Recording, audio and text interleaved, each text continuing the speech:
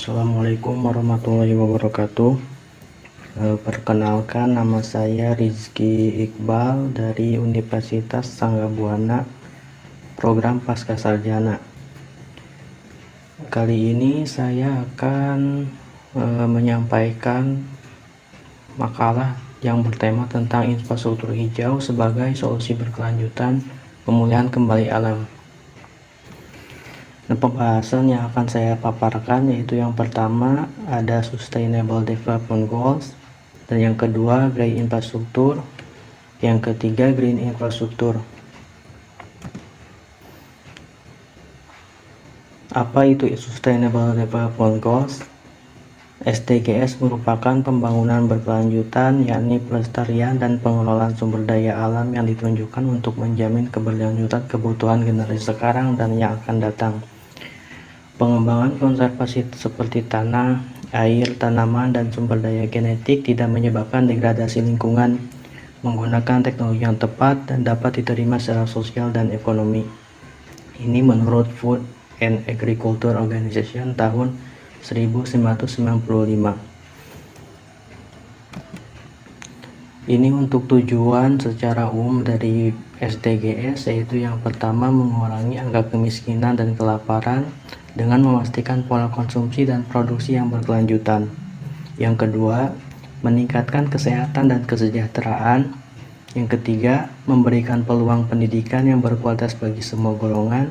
Yang keempat, kesetaraan gender dan mengurangi ketidaksetaraan, serta menjamin pekerjaan layak, pertumbuhan ekonomi untuk semua golongan. Yang kelima, sumber energi bersih dan mengontrol ketersediaan air bersih dan sanitasi berkelanjutan. Yang keenam, membuat kota berkelanjutan dengan meningkatkan bidang industri, inovasi, dan infrastruktur. Ketujuh, bertindak dalam perubahan iklim serta memelihara kehidupan ekosistem air dan darat secara berkelanjutan. Dan yang terakhir, perdamaian, keadilan, dan institusi yang kuat. Pada dasarnya, SDGs ini seperti yang di slide sebelumnya ada 17 poin utama.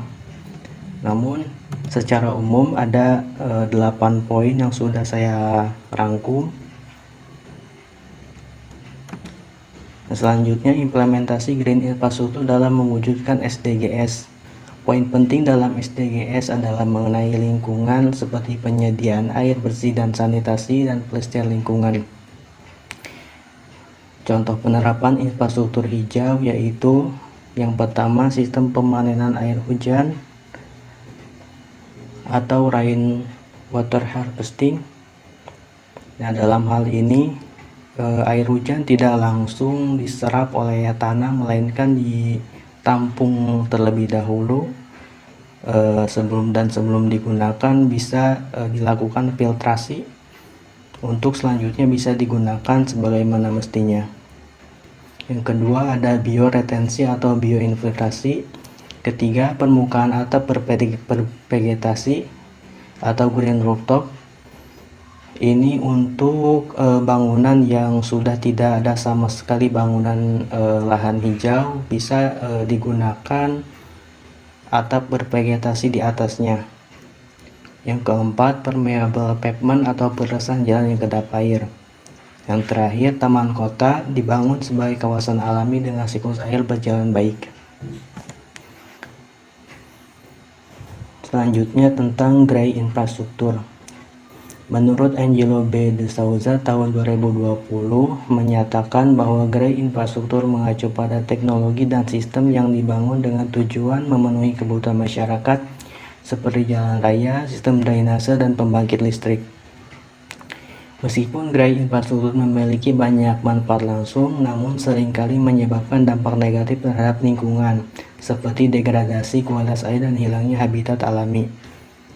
Nah, Grey Infrastructure ini sendiri dapat dikatakan atau biasa secara umum dikatakan dengan pembangunan konvensional. Adapun manfaat dan dampak Green Infrastructure, yaitu manfaat dari Grey Infrastructure antara lain sebagai mobilitas dan transportasi, terciptanya lapangan pekerjaan karena mempermudah distribusi barang atau jasa, mendistribusikan sumber daya air, listrik, bahan bakar, dan makanan.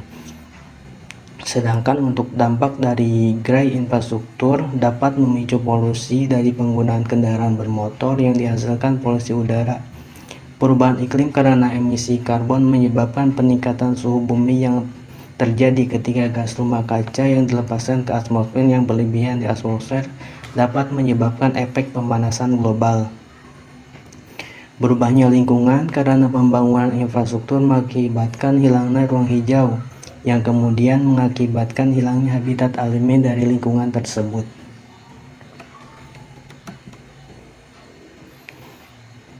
Selanjutnya, peralihan dari grey to green. Nah, ini untuk mendukung program SDGs itu sendiri, yaitu peralihan dari grey infrastruktur ke green infrastruktur merupakan langkah penting dalam menciptakan lingkungan yang lebih berkelanjutan dan ramah lingkungan. Peralihan ini melibatkan pengintegrasian elemen alami dalam desain dan pembangunan infrastruktur yang bertujuan untuk mengurangi dampak negatif terhadap alam dan meningkatkan kualitas hidup masyarakat. Dapat dilihat di gambar, yaitu perbandingan antara grey infrastruktur dan green infrastruktur terlihat sangat jelas perbedaannya. Yang satu berwarna abu-abu dan yang satu banyak lahan hijau yang lebih tertata. Berikutnya untuk green infrastruktur sendiri, yaitu menciptakan lingkungan yang menjaga proses alami seperti pengelolaan hujan, peningkatan kualitas, dan mitigasi risiko banjir. Tujuannya adalah menjaga keseimbangan ekosistem sambil membantu mengatasi masalah lingkungan di perkotaan. Infrastruktur hijau meliputi elemen-elemen seperti ruang terbuka, koridor alam, dan lahan basah yang memainkan peran penting dalam mengelola urbanisasi. Ini pendapat menurut Benedict and McMahon tahun 2026.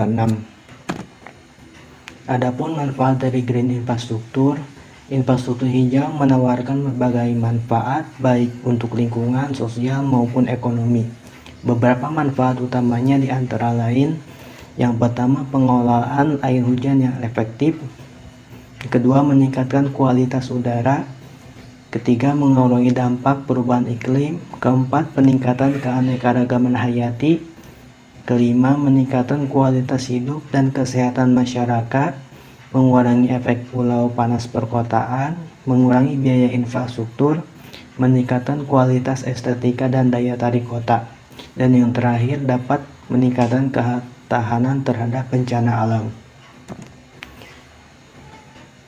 Untuk kesimpulan dari materi ini, yaitu peralihan dari grey infrastruktur ke green infrastruktur merupakan langkah penting dalam pemulihan kembali alam dan menciptakan kota yang lebih berkelanjutan.